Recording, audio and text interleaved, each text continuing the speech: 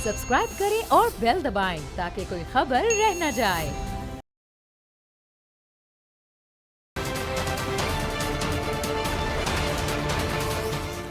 अस्सलामुअलैकुम। बोल की खुसूसी ट्रांसमिशन के साथ सेनेट इलेक्शन इस वक्त करीब 1 घंटा बाकी रह गया है, लेकिन ज़्यादातर वोट इस वक्त पोल हो चुके हैं। मरकज़ के साथ भी अगर बात करें तो वहाँ पर भी और सिंध असम्बली, केपी और बलूचिस्तान में इस वक्त वोटिंग का अमल जारी है। सिर्फ 1 घंटे के बाद फिर नताइज का अमल शुरू हो जाएगा। और आज की इस खुसूसी ट्रांसमिशन में मैं आपके साथ मुदस्सिर इकबाल और मेरे साथ मौजूद हैं सहरिश ज़ुहैर। बिल्कुल, आज का ये अहम मार्का और 5 बजे के बाद जब नताइज आना शुरू हो जाएंगे तो फिर मालूम होगा कि किसके लिए वोट ऑफ कॉन्फिडेंस है और किसके लिए वोट ऑफ नो कॉन्फिडेंस है।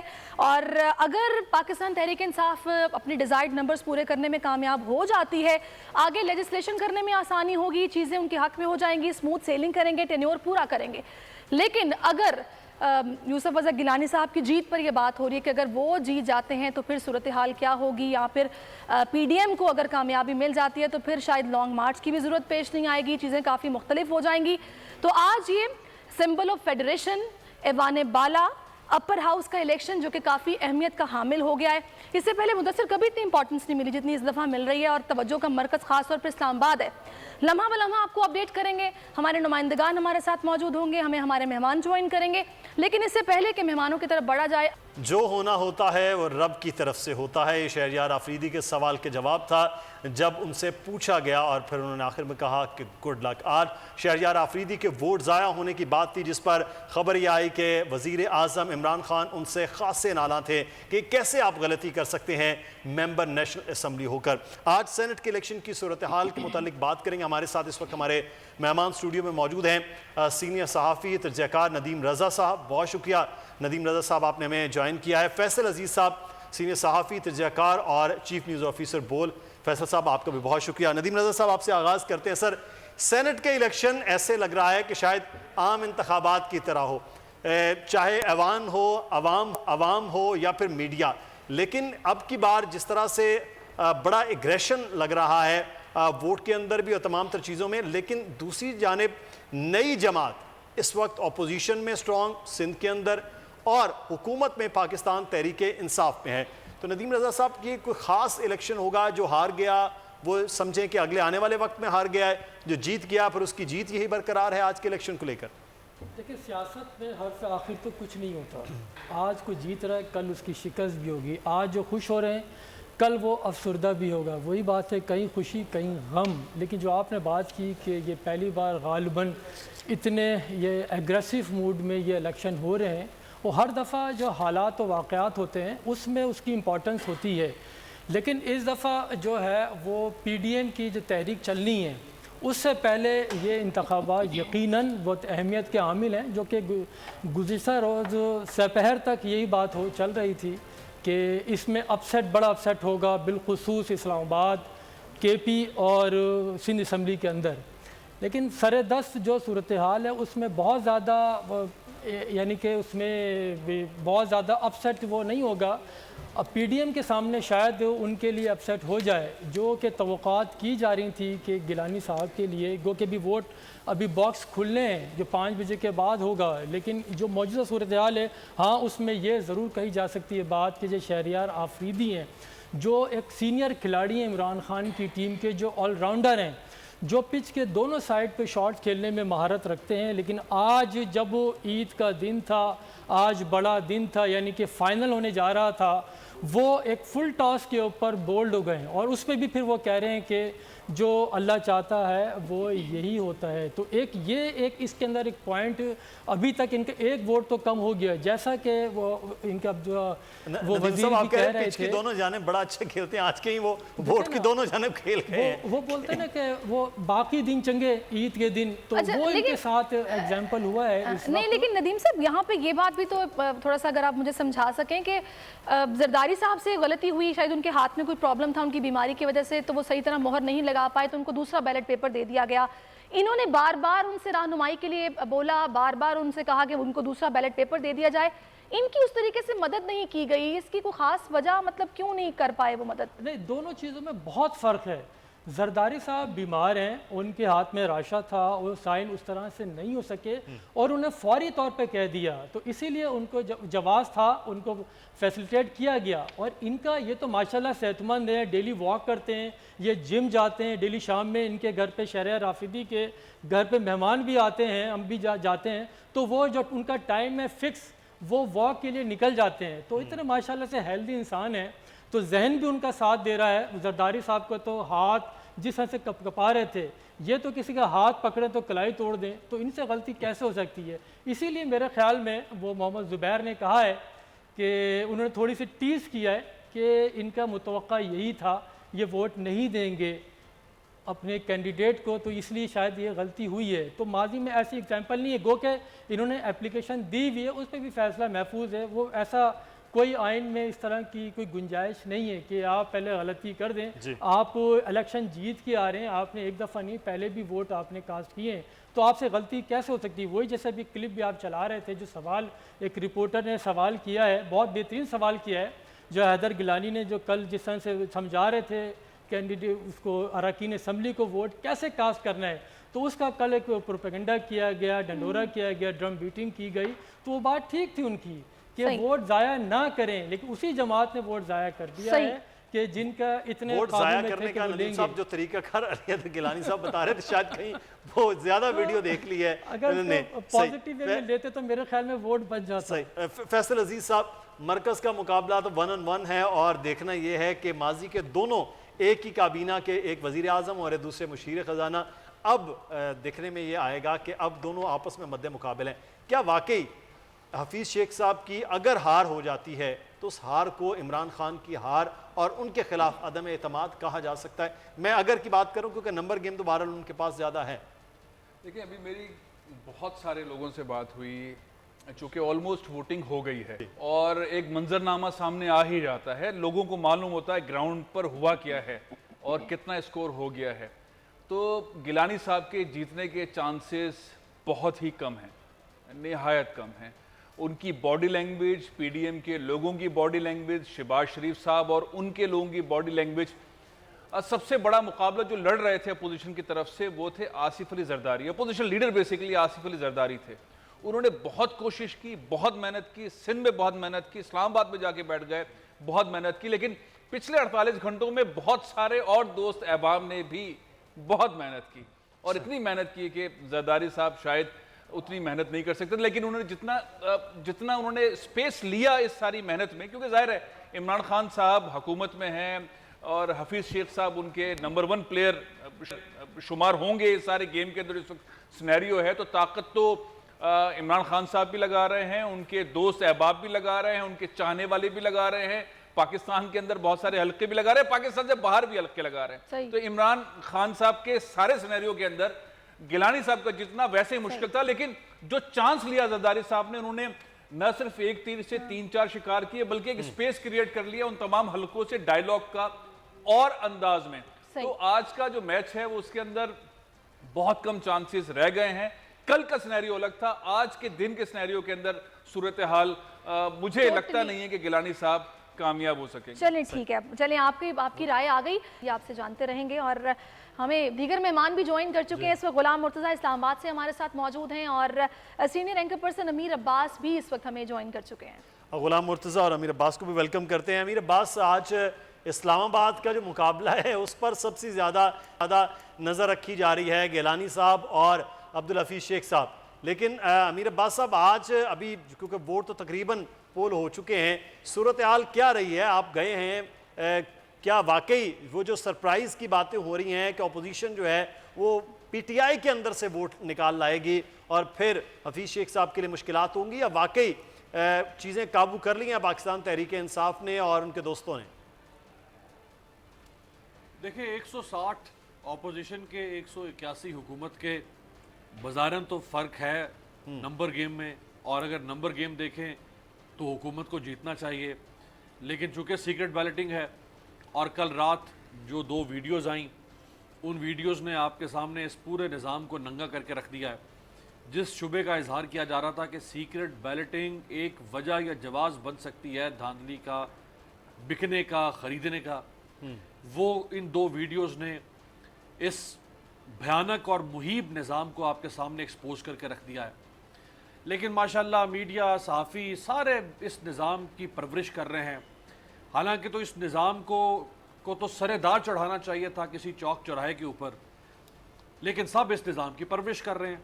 सब ये पूरा स्टेक होल्डर इस सिस्टम के बशमूल मीडिया, पार्लियामेंटेरियंस, बाकी सब वो जानते बूझते हुए कि इस निज़ाम में क्या खबास्तें मौजूद हैं, इसमें कौन सी गलास्तें मौजूद हैं, वो फिर भी इस पर बट्टी डालते हैं, फिर भी इसको दबा जाते हैं। और अभी ये मामला दब जाएगा।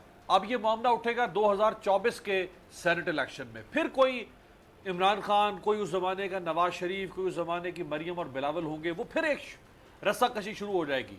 एक कह रहा होगा कि जी जिसको उस वक्त मुफाद अजीज होगा वो कह रहा होगा कि नहीं इसको ओपन से करवाओ, और जिसका मुफाद होगा सीक्रेट से, जिसने खरीदना होगा वो कहेगा सीक्रेट से करवाओ। तो ये इसी तरह से गोरख धंधा चलता रहेगा। सही बाजारें तो लग रहा है कि हुकूमत जो है वो शायद जीत जाए, लेकिन जितना जोर पीडीएम ने लगाया लेकिन है, अमीर अब्बास, जो आप खुद बिलावल, वीडियोस की और इन मरियम। चीज़ों की बात कर लें, देखें आईनी तौर पर जो चीज़ें थी इलेक्शन कमीशन ने कहा उनके मुताबिक होगा। अब इलेक्शन कमीशन की जिम्मेदारी इन वीडियोस, इन ऑडियोज, इन मामलात पर थी, तो क्या इलेक्शन कमीशन का रोल वाकई उतना एक्टिव नज़र आया है जिसे होना चाहिए? और जिस तरह से तारीफ डस्का के इलेक्शन के बाद इलेक्शन कमीशन की हो रही थी और उसकी फालियत की, उसकी एक्टिवनेस की हो रही थी। मुदस्सिर, यकम को फैसला आता है, 3 को इलेक्शन है, तो इलेक्शन कमीशन एक दिन के अंदर मुमकिन नहीं है कि वो पूरा निज़ाम जो सीक्रेट बैलेटिंग का है उसके अंदर वो सिक्योरिटी मेजर्स डाल दे कि सीक्रेट बैलेटिंग भी रहे और वोट चोरी भी ना हो और उसमें शफाफियत भी ना हो। अब इलेक्शन कमीशन कर क्या सकता है? वो कर ये सकता है कि अली हैदर गिलानी साहब, जिनसे मुताल्लिक ये वीडियो रिलीज हुई, अली हैदर गिलानी साहब के ऊपर 2 शिकें लगती हैं। एक है 171 हे और एक है 171 छोटी ये उर्दू के रूप तहजी के हिसाब से। ये 2 शिकें लगती हैं रिश्वत सतानी की और किसी उम्मीदवार को उकसाने की कि वो वोट कास्ट ना करे या वोट खराब कर दे, और इसके तहत उनको ज्यादा से ज्यादा 4 साल तक सजा हो सकती है और 5 लाख रुपए से ज्यादा तक का जुर्माना हो सकता है। अब अगर इलेक्शन कमीशन ने वाकई जो जुर्रत का मुजाहरा किया जो NA-75 डस्का में, जिसको इंतहाई पजीराई मिली और अनप्रेसिडेंटेड इलेक्शन कमीशन की तारीख में ये काम जो हुआ, अब उसको चाहिए कि ये जो अब मरला उसके सामने ये आ गया है, इसके ऊपर भी वो FIR दर्ज करवाए अली हैदर गिलानी साहब के ऊपर, और ये दोनों दफात उनके खिलाफ लगाए। अगर ये दूसरा काम भी हो जाता है तो फिर 2023 का जो इलेक्शन है, फिर हम कह सकते हैं कि इलेक्शन कमीशन के अंदर मसल्स हैं। इलेक्शन कमीशन टूथलेस नहीं है। इलेक्शन कमीशन अगर स्टैंड लेना चाहे तो वो स्टैंड ले सकता है। सही, चलें। अच्छा नदीम साहब, मुझे ये बताइएगा कि अब इस सारी सूरत हाल में जाहिर सी बात है भारी रिस्पॉन्सिबिलिटी इलेक्शन कमीशन पे आ गई है, आपके ख्याल में प्रेशर होगा? और ये जो जवाब उनकी तरफ से पेश किया जाएगा कि वक्त कम था, तो उस तरह से टेक्नोलॉजी का इस्तेमाल की जो बातें हुई या फिर इक़दाम जो लिए जा सकते थे वो नहीं लिए गए। वैसे तो फवाद चौधरी साहब ये बोल रहे थे कि हम लोग सीक्रेसी के साथ नोट छाप लेते हैं, 1600 बैलेट पेपर छापना क्या मुश्किल बात थी? जो सीरियल नंबर्स की बात हो रही थी कि कुछ टेक्नोलॉजी का इस्तेमाल होता, चीज़ों को बेहतर किया जाता। देखिए, नज़रिया ज़रूरत हर जगह मौजूद है कि जैसे अभी अमीर अब्बास कह रहे हैं, ये गोरख धंधा है, ये इसी तरह से चलता रहेगा। उसकी वाज़ेह मिसाल असम्बली के अंदर आज भी ये फैसल वाडा की है कि जिनका केस चल रहा था, आज उनका नाअहली के से मुताल्लिक़ फ़ैसला भी आज आना था। उन्होंने सुबह 9 बजे अपना वोट कास्ट करते हैं, अपने कैंडिडेट को देते हैं वोट अपना, और उसके बाद फिर दरख्वास्त दे देते हैं, इस्तीफ़े के मुताल्लिक़ भी दरख्वास्त दे दी जाती है आपकी। तो ये हो क्या रहा है? ये अभी चश्मा लगा लेते हैं कभी आप अपनी पसंद का, उसके बाद दूसरा नंबर लगा लेते हैं आप। तो ये नज़रिया ज़रूरत ही है। इलेक्शन कमीशन का जैसे कह रहे हैं उसने मसल दिखाई थी, ये इसी तरह से होते हैं दिखाने के और इस्तेमाल करने में फ़र्क है दोनों चीज़ों के अंदर। और बदकिस्मती से पाकिस्तान की सियासत में वो यही चलता हुआ आ रहा है। अगर PDM कह रही है कि उनका कैंडिडेट विन कर जाएगा इस्लामाबाद में, इसी तरह से फवाद चौधरी का भी इन्होंने कहा, असद उमर ने भी आज बात हो रही थी, वो भी आज कह रहे थे कि हमारा कैंडिडेट जो है हो सकता है कि ज़्यादा नंबर ले लेंगे। तो देखिए, दोनों साइड पे यही है कि दावे दोनों साइड कर रहे हैं कि हमारे कैंडिडेट ज़्यादा ले लेंगे। जिसकी शिकस्त होगी वो इस सिस्टम को बुरा भला कहेगा, जिसकी फतह होगी वो इस सिस्टम को सच कहेगा। यानी कि सच हर इंसान कहता है और हर इंसान सुनना चाहता है, लेकिन वो सच सुनना चाहता है जो उसके कानों को भला लगे, जिसमें उसका फायदा हो। अपनी मर्जी तो का सच। इस सिस्टम के अंदर यही हो रहा है। तो देखिए पंजाब में वो- भी सारी सूरत हाल आपके सामने देखिए, है ना, कुछ वो ऐसा भी- ही हुआ है वहाँ वो पर भी गठजोड़ हुआ है ना सारा। वहाँ पे भी देखिए किस तरह से हुआ, चौधरी बिरादरान ने जिस तरह से वहाँ पे गेम खेला है, तो उसमें भी लोग कह रहे हैं कि जो क्रेडिट दिया गया स्पीकर को दिया है, वजीर आला को नहीं दिया गया। जो लॉबी जिसकी है वो ले रही है, उसकी बात नहीं कर रहे कि ये सिस्टम ठीक नहीं है। यहाँ पे देखिए वोट लेने वाला भी और वोट बेचने वाला भी दोनों अरकान असम्बली हैं।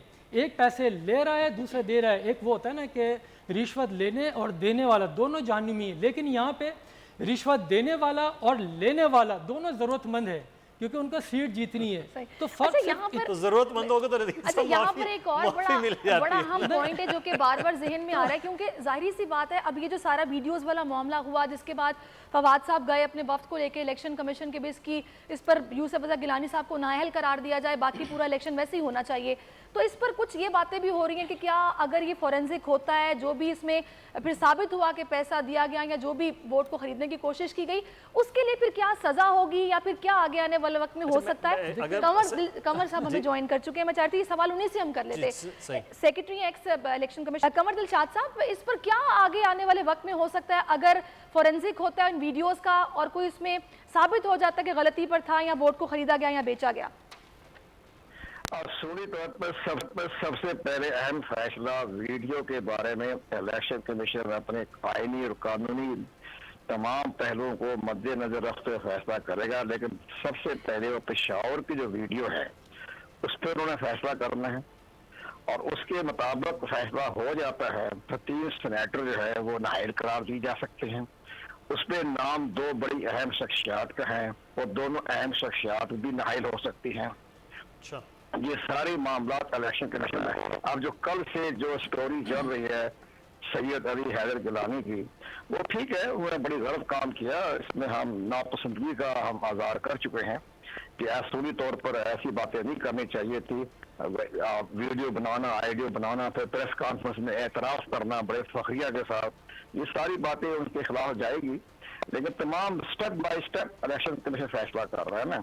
पहला फैसला तो पेशावर का करेगा और उसमें 2 अहम शख्सियात को नाअहल करार दिए जा सकते हैं। वही मामला जैसे आप फवाद चौधरी साहब पहुंच गए कि यूसुफ रज़ा गिलानी को, तो 2 अहम शख्सियात जो आपकी कौमी असम्बली में और मिनिस्ट्री में बैठी हुई है, तो इनको भी तो नाअहल करार दिया जा सकता है ना, कि वो भी तो उसी वीडियो में बैठे हुए हैं ना। और जो जिन्होंने पैसे दिए वो भी उनका नाम ले रहे हैं, बाकायदा बरमला नाम ले रहे हैं। एक बात। दूसरी बात, जो लियाकत जतोई ने इल्जाम लगाया कि 35 करोड़ रुपया लिया है, टिकट दिया, बेचा, किसके हाथों बेचा, उसको इलेक्शन कमीशन तलब कर लिया है जाके जतोई को, आप हमें बताएं। अब जाकर जतोई सिंध के चीफ मिनिस्टर भी रहे, वफाकी वजीर पानी बिजली भी रहे, सेनेटर भी रहे, इससे पहले मुस्लिम वजारतों में भी रहे। वो इतनी अहम बड़ी शख्सियात है और उन्होंने पाकिस्तान की बहुत अहम शख्सियात का नाम लिया है, तो वो भी अगर सबूत पेश कर देता है तो फिर एक बहुत बड़ा आईनी और कानूनी प्लान पैदा हो जाएगा। तो फवाद चौधरी साहब को सारे मामला को देखना चाहिए। चांद पे किसी ने नहीं जाना, चांद किसी ने नहीं देखना, ये मामले हैं अमीर के, और वो सारे मामले इलेक्शन कमीशन ने तय करने स्टेप बाय स्टेप। और खुद फवाद चौधरी का केस भी नाअहलियत का जो है इस्लामाबाद हाई कोर्ट में ज़ेर समाअत है। फैसला वादा तो इस्तीफा देकर एक तरफ हो गया ड्यूल नेशनलिटी का, इसका फैसला भी बड़ा अहम आने वाला है इस्लामाबाद हाई कोर्ट से कि उसको ताहयात नाअहल करार दिया जाए या इस मसले को खत्म किया जाए। कुंवर साहब, अगर उनकी नाअहली हो जाती है तो, लेकिन वो तो अब इस्तीफा दे चुके हैं, इस्तीफा स्पीकर चैम्बर तक तो नहीं पहुंचा लेकिन कोर्ट तक पहुंच गया, फिर उसके बाद अगर वो सेनेटर आज मुंतखब हो जाते हैं तो फिर क्या स्टेटस होगा उनका? जरा मेरे दोस्त यास्मीन शाह का केस सामने रखें। 10 साल के बाद जब उसने उसकी जो डिग्री के बारे में जो फैसला है, उसकी जाली डिग्री थी, तो 3 साल के लिए वो जेल चलेगी 10 साल के बाद। अब फैसल वाडा साहब ने इस्तीफा दे के आप कहते हैं कि फिर हमारी इस्लामाबाद हाई कोर्ट की अपना है जजमेंट है, जो फैसला करे हम कुछ नहीं कह सकते, लेकिन बादी नजर में वो ताहयात नाअहल के करीब पहुंचे हुए हैं, क्योंकि उन्होंने हमारे जो नॉमिनेशन पेपर जो है उसमें उसने हकायक छुपाए हैं। यही हकायक सारे जो सेनेटर थी अपने आप के दादों की, तो उसने 10 साल के बाद उसको सजा हुई 3 साल के लिए कि तुमने जारी डिग्री के हक हकायक छुपाए थे। तो अब इस फैसल वाडा साहब ने जो अभी इस्तीफा दे के सेनेटर बन जाएंगे, लेकिन ये है ना कि नॉमिनेशन पेपर पर उन्होंने हकायक छुपाए हैं कि ड्यूल नेशनलिटी मेरी नहीं थी।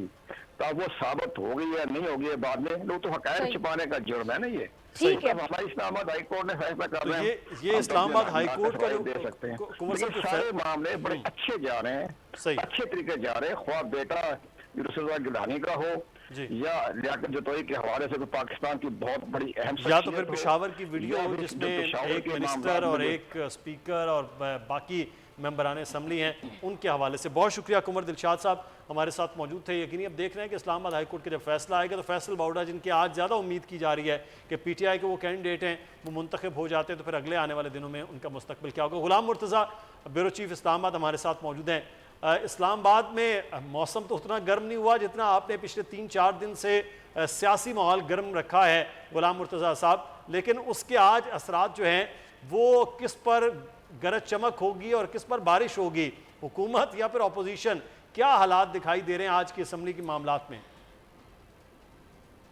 मुदस्सर इकबाल, देखें ये सबसे अहम जो जमहूरी अमल का हिस्सा आज इंतखाबात हो रहे हैं, हमें खुशी इस बात की हो रही है कि इस हुकूमत को भी इनके दांतों को पसीने आ गए हैं PDM को फेस करते हुए। और गुज़िश्ता रात की जो सूरत हाल थी उससे एक रोज़ पहले की जो सूरत हाल थी उसको अगर हम ये देखें तो इतनी मेहनत की गई है। 3 दिन से वज़ीर-ए-आज़म साहब जिन लोगों से कभी जिनकी तरफ एक आंख देखना गुवारा नहीं करते थे, उनको अपने चैम्बर्स में बुला के चाय भी पिला रहे हैं, उनकी बातें भी सुन रहे हैं, उनके फ़ंड्स की बात भी सुन रहे हैं, उनकी नाराज़गियों की बातें भी सुन रहे हैं। तो ये एक इसी जमहूरियत का या इसी प्रोसेस का फल है जो इनके अपने लोग तरस गए थे वज़ीर-ए-आज़म को देखने के लिए, उनको ख़ुद शर्फ़ मुलाकात बख्शा। अब बात यह है कि PDM और यूसुफ गिलानी उनके उम्मीदवार हैं और अब्दुल हफीज़ शेख जो हैं वो उम्मीदवार हैं हुकूमत के भी उम्मीदवार हैं, रियासत के भी उम्मीदवार हैं। देखें वो उनके चले जाने से या सेंटर ना बनने से एक तरफ हुकूमत तो जो होगा सो होगा, उसके साथ साथ हमारा IMF प्रोग्राम भी पाकिस्तान, इसका मतलब यह है कि उसको डिसओन कर देगा। और इस वक्त जो पैसों की ज़रूरत है पाकिस्तान को, जो फाइनेंशियल असिस्टेंस की ज़रूरत है, वो एक किस्म का हम ये कहें कि हम उसको ब्रेक करने की तरफ बढ़ेंगे अगर उनको नहीं सेंटर हम मुंतखब कर सकते। फिर आने वाले दिनों में आप जानते हैं IFC है, वर्ल्ड बैंक है, तो ये एक बहुत लंबा चौड़ा मामला था जो कोई भी इवन ना तो कौमी असम्बली अफोर्ड करती है ना रियासत अफोर्ड करती है इस सूरत हाल में, क्योंकि वो जहाँ से आए हैं वो हर शख्स जानता है कि वो ब्रीफ केस लेके आए और यहाँ काम करेंगे। आपकी तरफ दोबारा आएंगे गुलाम मुर्तज़ा। इस वक्त हमें पाकिस्तान तहरीक इंसाफ आज चीमा साहब भी ज्वाइन कर चुके हैं। इससे पहले कि मैं उनकी तरफ जाऊँ, फैसल साहब मैं आपसे ये जानना चाह रही हूँ कि ये जो सारी वीडियोज़ अभी सामने आई जो गिलानी साहब के बेटे की, जिसके बाद हमारी पहले भी ट्रांसमिशन में बात हो रही थी कि कहा जा रहा था बाकायदा स्ट्रिंग ऑपरेशन किया गया है, मतलब किसी का एनालिसिस ही था कि भाई क्या ज़रूरत पड़ी है अली मूसा गिलानी को, अली हैदर गिलानी को खुद से वीडियो बनाने की और इस तरह फिर उसका वीडियो का सामने आ जाना, वो भी सिर्फ एक रोज़ पहले। ये तो खुद से PTI के MNAs थे जो गए भी और वहाँ पर बाकायदा एक स्ट्रिंग ऑपरेशन हुआ। आपको लगता है ऐसा हुआ होगा? देखिए हुआ क्या और ये कैसे हुआ और इस तरह समझाना उस मेरे ख्याल है उस चीज़ से ज़्यादा अहम तो कंवर दिलशाद साहब ने जो केस बना दिया है और एक पूरी पावरफुल सिनेरियो क्रिएट कर दिया है इलेक्शन कमीशन ऑफ पाकिस्तान कि वो किस तरह से एक्शन लेगा। और डस्का वाले सीन के तनाजुर के अंदर जो 2-3 एक्शन और हो सकते हैं, वो मतलब मेरे हिसाब से तो आज की बड़ी बातें वो कह गए हैं। फैसल वाडा को तो उन्होंने गेम से उठा के बाहर फेंक दिया तायात, जिस तरह का सिनेरियो उन्होंने स्टेपिंग की, सुबह गए वोट डाला, उसके बाद गए इस्तीफा दे दिया, तो उन्होंने तो अपने आप को लॉक कर लिया। और कंवर दिलशाद साहब उन चंद लोगों में हैं जिनके पास इलेक्शन कमीशन की कुंजी रही है, अभी भी वो दाई समझे जाते हैं सारी चीज़ों में। उन्होंने मोटी मोटी सारी बातों को दे दिया, सिवाय एक मैं चाह रहा था कि उस पर जवाब देते कि ये जो शहरियार आफरीदी ने किया है, जो दरख्वास्त दी है, उसके ऊपर इलेक्शन कमीशन वैसे कानूनी तौर पर उनके मुंह से आया था। लेकिन बहरहाल सिनेरियो ये है कि क्लिप 1 हो, 2 हो, 3 हो, 4 हो, नासिर शाह साहब की ऑडियो हो, गिलानी साहब के साहबजादे की वीडियो हो, मामला यह है कि हमारा सिस्टम खड़ा कहाँ है। अभी बहुत सारी ऐसी चीजें तो मंजर आम पे आई ही नहीं होंगी जो कि चल रही होंगी। आप देखिए कि MP को लेकर आते हैं सिंध असेंबली में, छुपा के लेकर आते हैं, वो वोट डालता है, छुपा के ले जाते हैं उसको। ये भी तो एक बहुत बड़ा मंजर है ना। उसको वो बात भी नहीं कर रहा, बात भी नहीं करने दे रहे, दोनों तीनों लोग उसके साथ लेफ्ट राइट अप डाउन लेके चल रहे हैं, वो बात ही, उससे सवाल ही नहीं हो रहा। ये हमारे सिस्टम की ओवरऑल आप सिचुएशन देखें, किसी भी असेंबली में उठा लें, सिंध असेंबली में उठाएं, आप उठाएं, बलूचिस्तान में उठाएं, केपी में उठाएं और पंजाब को भी उठाएं, पंजाब का भी मंजरनामा तो देखें। ये वो पार्टियां जो एक दूसरे को काटने को दौड़ती हैं, ये साथ बैठकर डील कर लेती है और सीटें बांट लेती नहीं है। तो बात तो ये ना कि अगर अब इनमें से कोई एक हार जाता है अगर, तो फिर वो किस मुंह से ये आर्ग्यूमेंट करेगा कि रिगिंग हुई है, क्योंकि एक ने तो पूरी कोशिश की। अगर ऑपोजिशन वाले हार जाते हैं और फिर वो रिगिंग का इल्जाम लगा सकते हैं उनके, वो तो खुद रुकावट रहे कि भी ओपन बैलेटिंग नहीं होनी चाहिए, यहाँ फिर इलेक्शन कमीशन की जिम्मेदारी उन्होंने कहा उन्हीं का काम था। हम लोग इतने दिनों से सोच रहे हैं, सुन रहे हैं, आवाम सुन रही है, मीडिया बात कर रहा है, बैलेट कैसा होना चाहिए। सुप्रीम कोर्ट के अंदर 20 जमातें हो गई, सारी सियासी जमातों ने बात कर ली, ये तमाशा चलता रहा, चल रहा है। आवाम के लिए लर्निंग क्या है? दोनों तीनों साइड की लीडरशिप को देख लीजिए, जरदारी साहब की एक्टिविटीज को देख लीजिए, इमरान खान साहब के रवैये को देख लीजिए। 2.5 साल से जो आदमी दरखास्त दे रहा था एमएनए कि मुझे मिलना है, इमरान खान साहब के पास टाइम नहीं था, और वही इमरान खान साहब आके चैम्बर में बैठे हुए हैं, तस्वीर भी खिंच रही है, चाय भी पी जा रही है। टोटल स्ट्रक्चर को देखें, हमारे जमहूरी स्ट्रक्चर को, कि सारा सिनेरियो हमारा ऐसा हो चुका है। पहली बार खाना हुआ है ज़ोराना, ऐसा लाजवाब मेंबरान से जब बात हुई, वैसे उन्होंने कहा ऐसा खाना तो हमें तो बिस्किट भी नहीं मिलते। आप अंदाजा लगाएं, इमरान खान साहब के रवैये को देखें सेनेट की वजह से, आप जरदारी साहब के रवैये को देखें, आप गिलानी साहब के रवैये को देखें, आप हफीज शेख साहब के रवैये को देखें, आप सब लोगों की रवैये को देखें। और हो क्यों रहा है? 18वीं तरमीम से डर लग रहा है, खौफ आ रहा है सेनेट का चेयरमैन कौन बन जाएगा, सब कुछ। और आम आदमी का इसमें इंटरेस्ट क्या है? आम आदमी के इंटरेस्ट को देखें, लेफ्ट राइट कहीं वो यूं करके देखते रहते, बैलेट ओपन है नहीं है, ऐसे होगा वैसे होगा, मुझे क्या मिल रहा है, मुझे क्या हासिल हो रहा है सारे सीन से? तो बहुत बड़े बड़े क्वेश्चन मार्क है हमारे जमहूरी तरफ। तो फिर ये हुआ ना कि आप ये कहना चाह रहे हैं कि तब्दीली वाली जमात भी इस वक्त मफाद की सियासत कर रही है, तभी पंजाब में जो दस्ते और गिरेबा हुआ करते थे वो इतने आराम से सेटल्ड हो गया सारा मामला कि वहाँ इलेक्शन की भी जरूरत नहीं, बिला मुकाबला ही मुंतखब हो गए। तो फिर मुझे नदीम साहब आप ये बताइएगा कि अच्छा जमशेद साहब भी हमारे साथ हैं। जमशेद साहब आपसे ये सवाल है, इतना अरसा आप लोगों को याद नहीं आया जब सेनेट का इलेक्शन करीब आया तब सदारती ऑर्डिनेंस भी निकल आया, अदालतों में मामला भी चला गया, फिर सिर्फ 2 रोज 1 रोज पहले फिर वो राय आई जिसमें कुछ हो भी नहीं सकता था, तो आप लोगों को पहले क्यों नहीं ख्याल आया?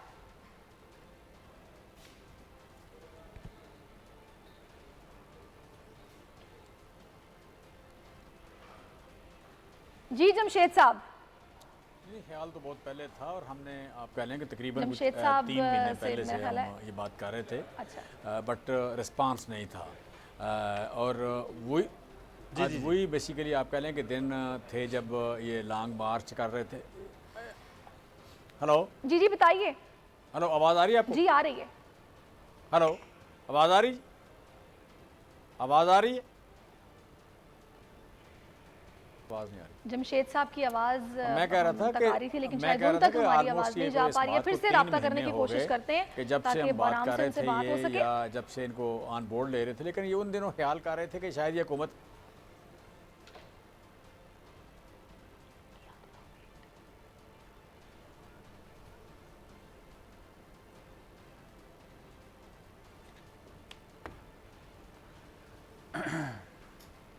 अच्छा चलें, जमशेद साहब से हम फिर से रब्ता करने की कोशिश करते हैं। दोबारा से जमशेद साहब से रब्ता करते हैं। अच्छा, हम मरकज़ के हवाले से बहुत ज़्यादा नदीम साहब भी बात कर रहे हैं। अच्छा, एक चीज़ जो तीनों चारों जमातों में KPK में आज नज़र आ रही थी, मैं नदीम साहब चाहूँगा कि उस पर ज़रूर बात हो। एक तो पाकिस्तान तहरीक इंसाफ के पास सबसे ज़्यादा नंबर उसी सूबाई असम्बली में है, उनके अपने जो हैं वो 5 मेंबरान खड़े, और छठे उनके BAP से, वहाँ से जो ताज मोहम्मद आफरीदी हैं वो आकर इलेक्शन लड़ रहे हैं, उनको सपोर्ट। अब 5 जीत सकते हैं, लेकिन उन्होंने भी छठा खड़ा किया है। इसी तरह से अपोजिशन की बात की जाए, उन्होंने भी नंबर्स बढ़ाकर खड़े किए हैं। तो अभी आज ये इतलात आ रही थी कि जो नून लीग ने, अब्बास आफरीदी साहब पहले भी सेनेटर रह चुके हैं, अब वो बड़े माशाल्लाह बेनती भी आदमी है और बड़े उनके पास भी खासी दौलत भी है, और अब जो अताउर रहमान साहब हैं, बुनियादी तौर पर सबसे ज़्यादा कहा जा रहा है कि उनके लिए ख़तरा हुआ है JUIF से। तो यहाँ एक जानिब PDM का इत्तेहाद है, दूसरी जानिब सीट से ज़्यादा मेंबरान का खड़े करना और एक दूसरे के साथ मुकाबला होना, ये कहीं आपस में PDM जो है वो JUIF हो जाए, पाकिस्तान मुस्लिम नून हो जाए, और इवन अवामी नेशनल पार्टी के बारे में कहा जा रहा है कि उनका पता नहीं चल रहा कि वो किधर जा रहे हैं। तो PDM के लिए भी मुश्किलात हो सकती हैं। देखिए पीडीएम के तो वोट डिवाइड गालिबा नहीं होने जा रहा, उनका वोट बिल्कुल इंटैक्ट है, सब एक दूसरे के साथ वो लगे हुए हैं। लेकिन जो आपने बात की कि पीटीआई ने भी वहाँ पे एक्स्ट्रा सीट वहाँ पे लगाई है, तो इसी को आप दोहरा मयार ही कहेंगे कि अगर सिंध में पीपल्स पार्टी ने एक्स्ट्रा सीट लगाई है अपनी और यहाँ पे पीपल्स पार्टी के तो कोई वोट ही नहीं है केपी में, तो उन्होंने भी 2 सीटों पे खड़ा किया हुआ है। तो हर किसी की कोशिश और ख्वाहिश यही है कि वो ज़्यादा सीटें लेके सुरखरू हो सके और ये कहें कि अवाम का या जो कैंडिडेट हैं उनके ऊपर एतमाद का इजहार किया गया है। तो इसी वजह से ये वोट बारगेन चल रही है। और ये केपी असम्बली के अंदर जो सबसे ज़्यादा जो यहाँ पे से सेनेटर आने हैं वो सब आपस में रिश्तेदार ही हैं। कम से कम 5 से 6 जो उम्मीदवार हैं वो रिश्तेदार हैं एक दूसरे के साथ ख़ानदानी, और सारे वो अरबपति क्या जो खरबोपति हैं वो आराम से वोट्स का उनके कोई इशू होने नहीं जा रहा। जो सबसे ज़्यादा अपसेट होना है वो इसी असम्बली के अंदर होना है। माजी में भी यही हुआ था, जैसे कंवर दिलशाद भी कह रहे थे, अभी जो वीडियो आई थी उसमें भी देखें उनके ख़िलाफ़ भी कोई कार्रवाई नहीं हुई, जहाँ पे वज़ीर भी हैं, स्पीकर भी बैठे हुए हैं, तो कुछ नहीं हुआ। बात वही है, हर जमात यही चाहती है कि उसके हक़ में फ़ैसला आए, जो उसके ओपोनेंट हैं उनको इलेक्शन से बाहर कर दिया जाए, उनको नाअहल भी कर दिया जाए। तो उसी तरह अगर आप देखें एक और मनी लॉन्ड्रिंग वाला वो भी चल रहा है, अभी तक पूरी पार्टी एक ही फ़ैसले के पीछे छुपी हुई है। तो यहाँ हर कोई अपने मफाद में हर इदारे को इस्तेमाल करना चाहता है और हर कोई बात करता है कि इस्लाहात की जाए, कानून साजी की जाए। जो पहले से कवानीन मौजूद हैं कम से कम उनके ऊपर तो दुरसमत के अंदर अगर सफ़र किया जाए तो ये सारी सूरत हाल बेहतर हो सकती है। लेकिन बात यह है कि उसके लिए विल चाहिए, वो विल है सबके पास, वो सिर्फ अपने मफाद में उसको इस्तेमाल करना होता है। जिस तरह से पीडीएम की जमात हो या पीटीआई हो, ये सारे आप कौमी असम्बली में भी आज जो वोटिंग जो हुई है वान में, वहाँ पे एक दूसरे के खिलाफ नारे लगाए हैं। और जो सिंध असम्बली में कल हुआ है, तो जो अवाम जो टीवी पे देख रहे हैं, हम लोग सब देख रहे हैं, बात यह है कि ये अपने मफादात के अंदर तो यकसू भी हो गए, एक दूसरे गिरबान भी पकड़ रहे हैं। लेकिन जिनके वोटों से ये असम्बली में पहुँचे हैं, आज उनका दूध देखें, दही देखें, आटा देखें, गंदम, जितनी चीजें वो अवाम तो अवाम से बाहर है, तो अवाम से बहुत बाहर। शेख रुहेल अस्कर साहब ने भी हमें ज्वाइन किया, पाकिस्तान मुस्लिम नून के सीनियर रहनुमा हैं। शेख साहब बहुत शुक्रिया आपका। यकीनी तौर पर वोट आप कास्ट कर चुके होंगे, मुतमईन है आज नेशनल असम्बली में जो वोटिंग का अमल है और पीडीएम के मुतफ़िका जो उम्मीदवार हैं यूसुफ रज़ा गिलानी साहब, उनकी जीत से, उनकी कामयाबी की भी उम्मीद है?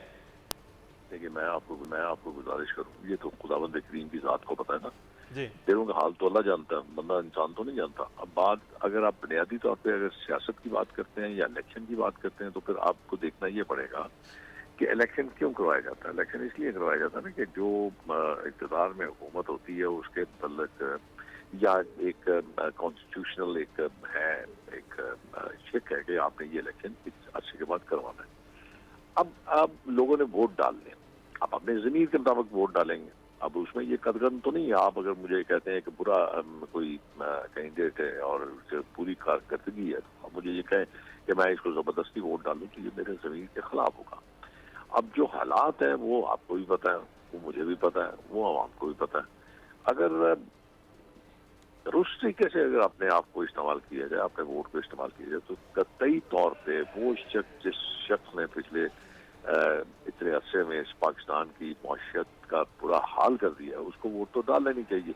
लेकिन यहाँ पे अजीब मंतक है, यहाँ पे जो गुलामियत है वो आपके जहन से नहीं निकल सकती, जा ही नहीं सकती।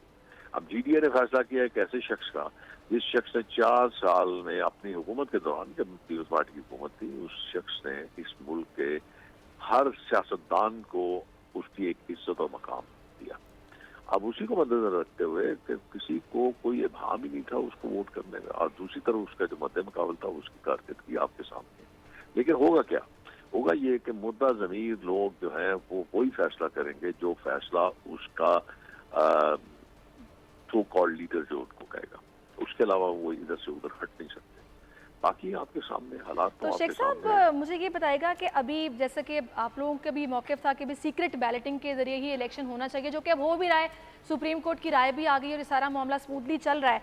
अगर पाकिस्तान तहरीक इंसाफ या हुकूमत अपने डिज़ायर्ड नंबर्स पूरे करने में कामयाब हो गई, जीत गई, खुले दिल से तस्लीम करेंगे आप लोग? वैसे आपके पास और देखिए मैं अपनी राय दे सकता हूँ आपको, बात जो है मैंने अपनी इस गुफ्तगू में आपके सामने अपनी राय रखी है। अगर इसके बावजूद सब कुछ देखने के बावजूद कोई रुकन असेंबली जिनको वापस अपने अपने हल्का इंतखाब में जाना है, अगर वो फिर अपने ज़मीर के खिलाफ वोट करते हैं तो फिर अल्लाह ही हाफ़िज़ इस मुल्क का भी और आवाम का भी, जिनसे वोट लेके आए। तो उसमें ना आप कुछ कर सकते हो ना मैं कुछ कर सकता हूँ। मैं तो उस बारे में मेरे ख्याल में शायद अपने अल्फाज भी ज़ाया नहीं करूँगा उन लोगों के लिए। शेख साहब मैं एक चीज़ जानना चाह रहा हूँ कि सेनेट में जब संजरानी साहब को वोट ज़्यादा मिल गए, कहा गया कि उस वक्त बहुत सारे लोगों को ब्लैकमेल हुआ। आज माहौल साजगार, जो एक लफ्ज़ इलेक्शन कमीशन इस्तेमाल करता है, वो था क्योंकि आप खुद वोटर हैं सर, तो आज कौमी असम्बली में तो कोई प्रेशर ऐसा नहीं था अंदर से बाहर से किसी और मखलूक का? नहीं, ये मैं मेरी हद तक तो मैं आपको अर्ज कर रहा हूँ कि फर्ज कीजिए आप जिस तरफ इशारा आप कर रहे हैं वो संजरानी साहब के इलेक्शन में तो हुआ, उसमें कोई शक और दूसरी राय नहीं थी, दो राय नहीं थी उसमें। इसमें मैंने आपको बताया कि श्रीहन, अब मैंने इसीलिए देखा ना, मैंने कोई और इस्तेलाह तो इस्तेमाल ही नहीं की ना, कोई और नाम इस्तेमाल ही नहीं किया। मैंने तो सीधा सीधे आपके ज़मीर की बात की है। मैंने इसके बाद अगर मैं आपकी बात को सच तस्लीम कर लूँ कि अगर किसी किस्म का कोई प्रेशर नहीं है, किसी किस्म का कोई कहा नहीं गया किसी तरह से किसी भी क्वार्टर से, तो फिर तो तरीक़न आपने अपने ज़मीर के मुताबिक काम करना ना। अच्छा, अब आप दूसरी तरफ आ जाइए। अब डिफेक्शन क्या है? डिफेक्शन क्लॉज दो जगह पे लगती है आपकी।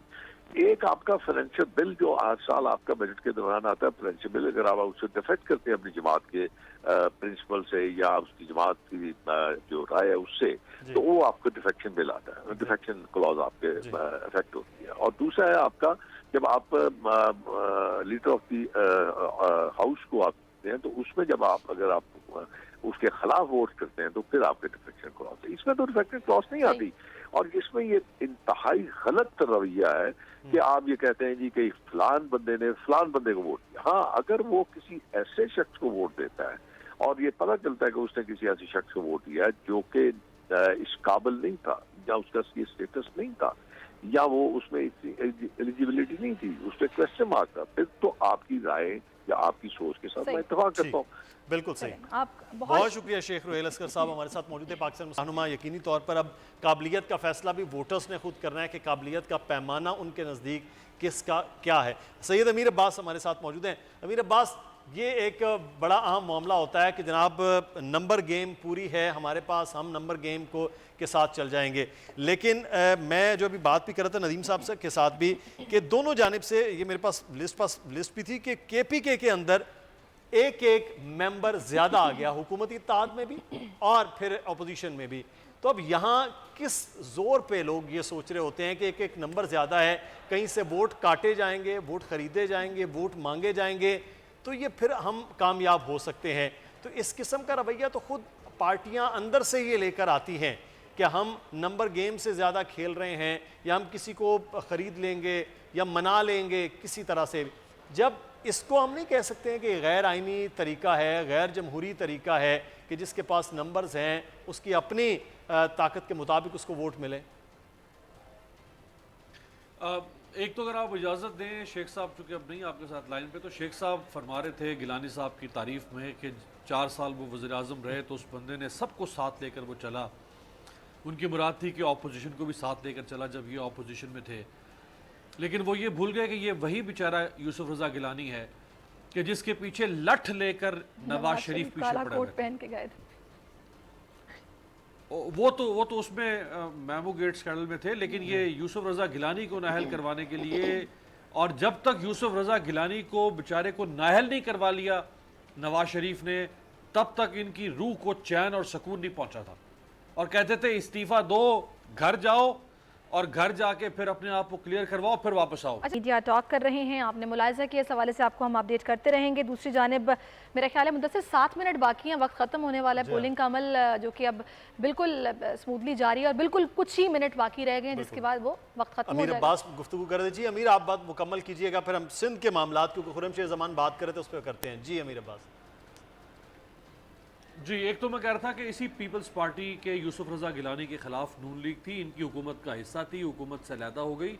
आज अगर वही यूसुफ रज़ा गिलानी इनको अच्छे लग रहे हैं तो चलें, हमें भी अच्छे लग रहे हैं, अच्छी बात है।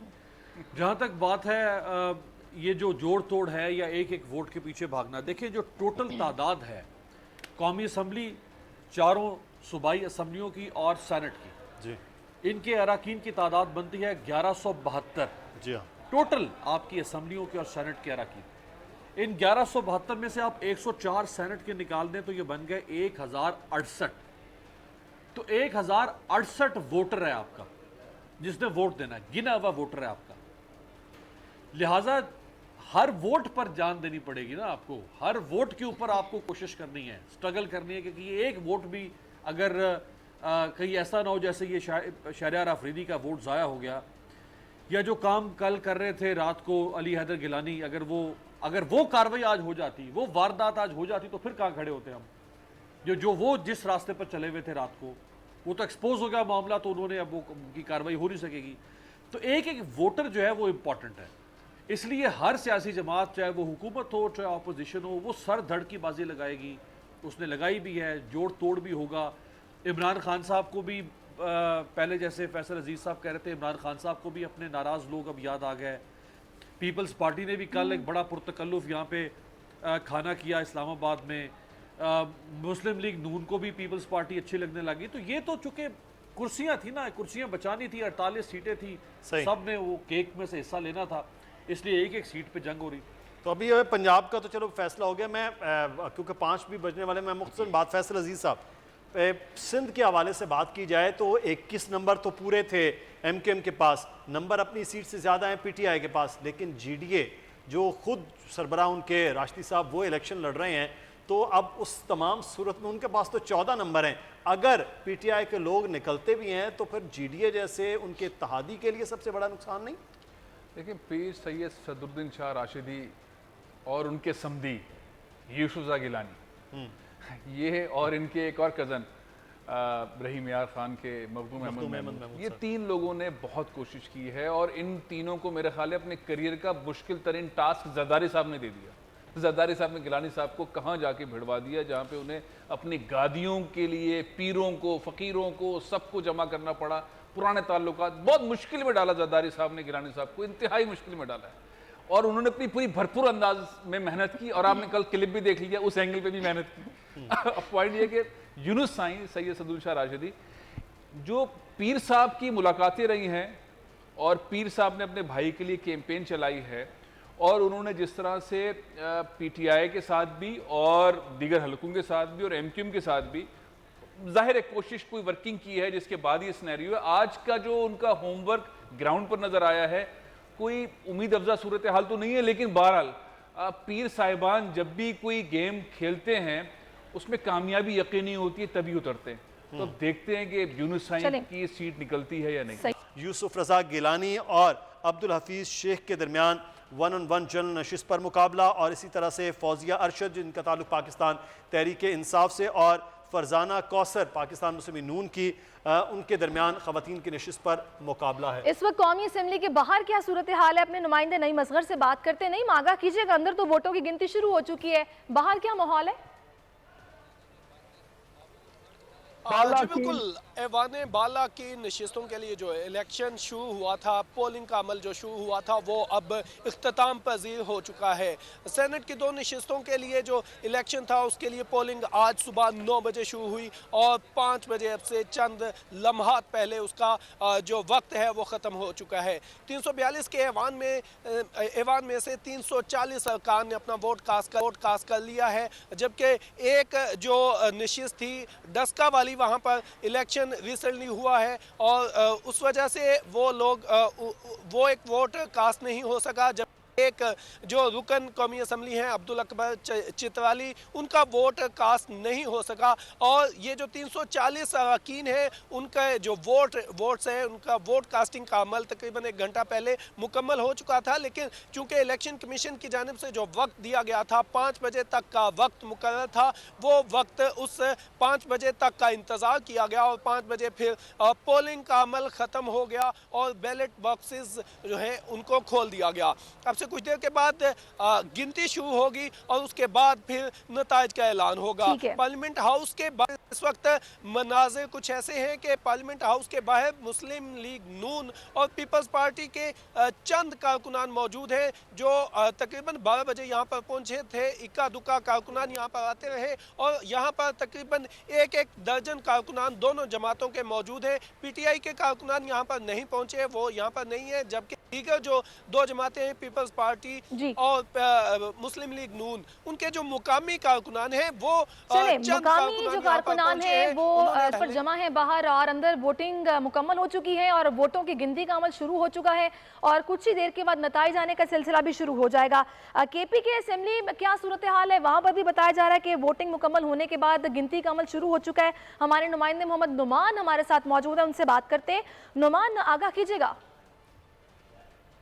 नुमान से हम मुदस्सिर रब्ता करने की कोशिश कर रहे हैं, लेकिन अभी ये हम बराह रास्त मनाज़िर आपको दिखा रहे हैं कौमी असेंबली के, जहाँ पर आप देख सकते हैं कि बास्केट्स इन्होंने रखी हुई हैं और आहिस्ता आहिस्ता बैलेट बॉक्स से बैलेट पेपर्स निकाले जा रहे हैं और इन बास्केट्स में रखे जा रहे हैं और ये मेरा ख्याल है कि अलग अलग कर रहे हैं। नहीं, ये ख़वातीन के बैलेट पेपर जो है वो अलग है नशिस्त के लिए और दूसरा जनरल नशिस्त के लिए, तो उसके वो बैलेट जो है वो अलग अलग वो हो रहे हैं और उसके बाद वो देखे जाएंगे और फिर गिनती का अमल मुकम्मल होने के बाद यहाँ नतीजा जो है वो उम्मीद की जा रही है कि सबसे पहले जो है वो कौमी असम्बली से ही नतीजा वो सामने आएगा, क्योंकि यहाँ एक वोट मतलब एक वोट होगा और उसके बाद यहाँ नतीजा सबसे पहले सामने आ जाएगा। उसके बाद बलूचिस्तान असम्बली से नताइज आना शुरू हो जाते हैं। अभी तक सुबह से अब तक जितने हम लोगों ने एनालिसिस लिए हैं ना, मोस्टली जितने भी एनालिस्ट थे उनकी जानिब से यही कहा गया कि हुकूमत जो है वो जीत जाएगी या फिर जो हफीज शेख साहब है वो जीत जाएंगे। तो लेकिन अगर ये कि बैलेट बॉक्स से जब बैलेट निकलेगा फैसला वहाँ होगा कि कौन जीत रहा है और कौन हार रहा है। लेकिन ये 340 वोट जो हैं वो पोल हुए हैं, 340 वोट पोल हुए हैं और 342 में से एक वोट जो है वो चित्राली साहब का वोट वो कास्ट नहीं हो सका। उसकी क्या वजूहत हैं ये भी फिर हम जानेंगे। बिल्कुल, और अभी जनाब पोलिंग का वक्त ख़त्म हो चुका है और अब तक 45 में से 106 वोट पोल हुए उधर और 39 MPs ने वोट कास्ट करने, कुछ ऐसी खबरें भी आती रहीं। लेकिन अभी जैसे कि पोलिंग का अमल मुकम्मल हो चुका है, वोटों की गिनती जारी है, तो KPK की जो असेंबली है वहाँ पर क्या सूरत हाल है ये हम जान लेते हैं। मोहम्मद नुमान हमारे साथ मौजूद हैं। नुमान, आगाह कीजिएगा, वहाँ पर क्या सूरत हाल है, वोटों की गिनती हो रही है? जी बिल्कुल, अभी काउंटिंग तो शुरू नहीं हुई क्योंकि 145 का ऐवान है खैबर पख्तूनख्वा असम्बली का और इसमें से जो इलेक्शन कमीशन हुकाम हैं उनके मुताबिक थोड़ी देर कबल 107 वोट कास्ट हो चुके थे। इसके अलावा 38 वोट अभी कास्ट होना बाकी हैं और जो हमारे ज़राए हैं उनका ये कहना है कि ये जो बाकी 38 अरकान हैं जिन्होंने अभी तक वोट कास्ट नहीं किया वो हाल के अंदर मौजूद हैं और रिटर्निंग अफसर की जानिब से ये हिदायत भी जारी की गई है कि फिक्स 5 बजे जो कि अब बज चुके हैं, हाल के तमाम दरवाजे बंद कर दिए जाएं। हाल के अंदर जो अरकान असम्बली मौजूद होंगे उनको वोट कास्ट करने की इजाज़त होगी। तो अभी हम ये कह सकते हैं कि अगरचे पोलिंग का वक्त ख़त्म हो गया है, ताहम जो कास्टिंग है वोटों की वो अभी तक जारी है। सब्सक्राइब करें और बेल दबाएं ताकि कोई खबर रह न जाए।